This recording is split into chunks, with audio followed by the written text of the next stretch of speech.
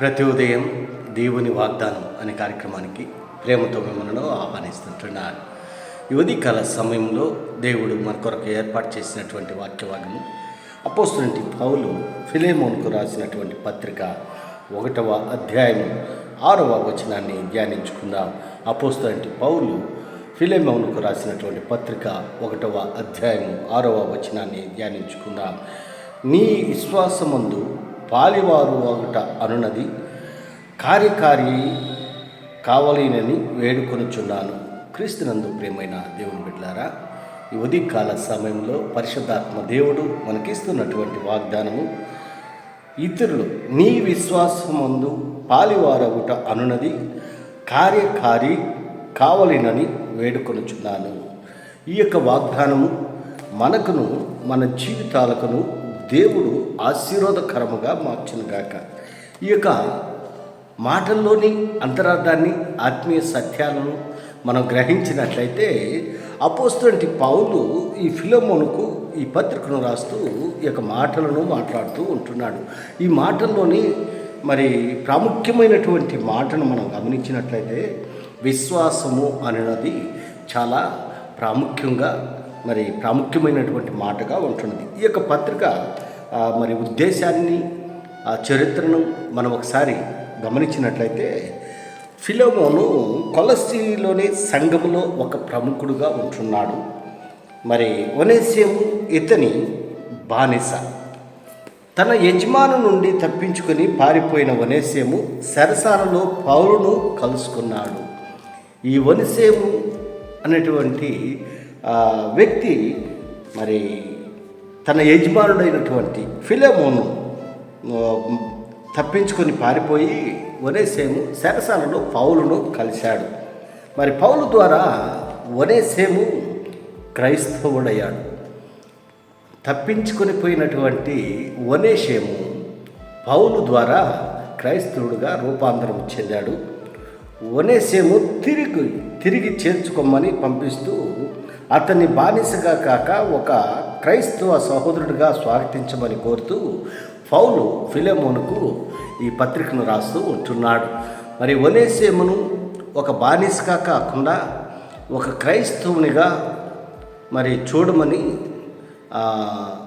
ఈ పత్రిక రాస్తూ ఫిలెమోనుకు ఈ పత్రిక రాస్తూ ఉంటున్నాడు. రెండు ప్రాముఖ్యమైనటువంటి అంశాలు ఈ పత్రికలో మనం చూస్తుంటున్నాము. పౌలు ఫిలెమోనును అభినందించడము మొదటి భాగంలోనే మనం చూడగలము. రెండవది ఒనేసిము తరపున మనవి చేస్తూ ఉంటున్నాడు. ఈ రెండు అంశాలు ఈ పత్రికలో చాలా ప్రాముఖ్యమైనది. అందుకే మొదటి వచనంలో మనం గమనించినట్లయితే అక్కడ మనం తేటగా చూస్తూ ఉంటున్నాము. అంత మాత్రమే కాదు, 14వ వచనంలో నీ ఉపకారము బలవంతము చేతనైనట్టు కాక స్వేచ్ఛాపూర్వకమైనదిగా ఉండవలనని నీ సమ్మతి లేక ఏమీ చేయుటకు నాకు ఇష్టం లేదు.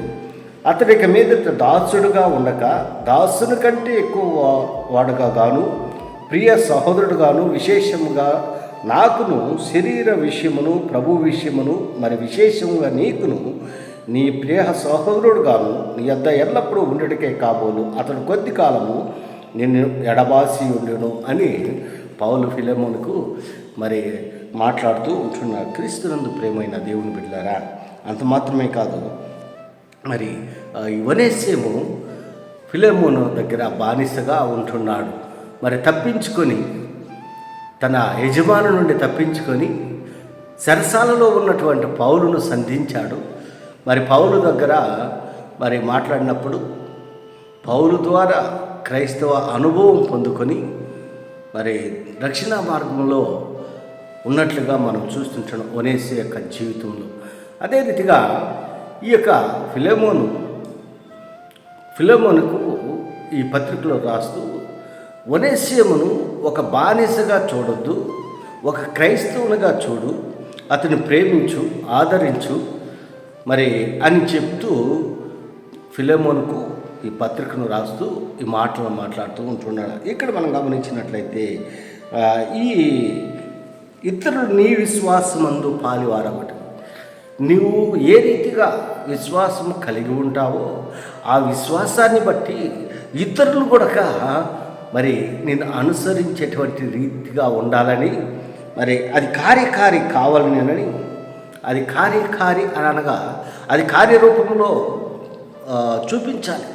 నీలో ఉన్నటువంటి విశ్వాసాన్ని ఇతరులకి ఏ విధంగా చూపిస్తున్నావు అంటే, ఇతరులను ప్రేమించడం ద్వారా, ఇతరులను ఆదరించడం ద్వారా, ఇతరులను నమ్ముట ద్వారా మరి దాన్ని మనం చూపించగలము అని పౌలు ఫిలెమోనును వేడుకుంటూ ఈ పత్రిక రాసుకరిస్తున్నందుకు ప్రేమైన దేవుని బిడ్డలారా, దేవుని నమ్మినటువంటి బిడ్డలుగా మనం ఉన్నప్పుడు మన విశ్వాస జీవితము ఏ రీతిగా ఉంటుంది. అందుకే పైభాగంలో మనం గమనించినట్లయితే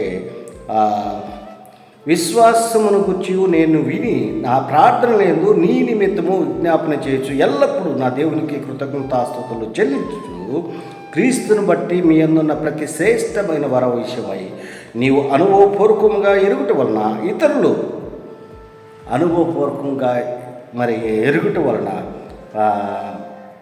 ఇతరులు నీ విశ్వాసంలో పాలివారు అగుట అన్నది కార్యకారి కావాలని అని వేడుకొనుచున్నాను అని ఒక విజ్ఞాపన మరి ఫిలెమోనుకు చేస్తూ ఉంటున్నాడు. క్రీస్తునందు ప్రేమని దేవుని బిడ్డలారా, ఈ ఉదయకాల సమయంలో దేవుని మరి నీతోను నాతోనూ మాట్లాడుతూ ఉంటున్నాడు.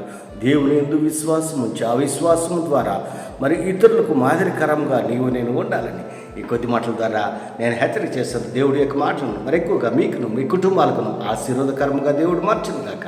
ఆమేన్.